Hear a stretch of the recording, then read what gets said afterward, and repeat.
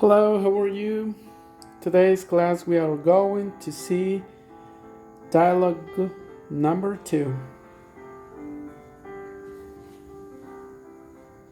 What do you want to take to the school? What do you want to take to the school for lunch today? For lunch today? What do you want to take to the school for lunch today? ¿Qué quieres llevar para el almuerzo de la escuela hoy? I want a chicken sandwich and I want a chicken sandwich and quiero un sándwich de pollo y Mom, give me 3 apples, please. Mom, give me 3 apples, please. Mamá, dame 3 manzanas, por favor. Okay. But I think you need some ears.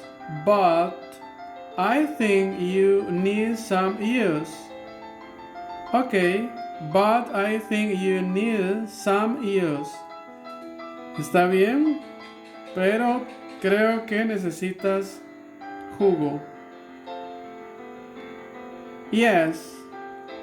I will like an orange juice, please. Yes, I will like an orange juice, please. ¿Sí? Me gustaría un jugo de naranja, por favor. Yes, I would like an orange juice, please. Well, your lunch is ready. Well, your lunch is ready. Bien, tu almuerzo está listo. Thanks, Mom. Thanks, Mom. You're the best. See you. Thanks, Mom. You're the best. See you. Gracias, mamá. Eres la mejor. Nos vemos. See you later. See you later. Be nice. See you later. Be nice. Te veo más tarde. Pórtate bien.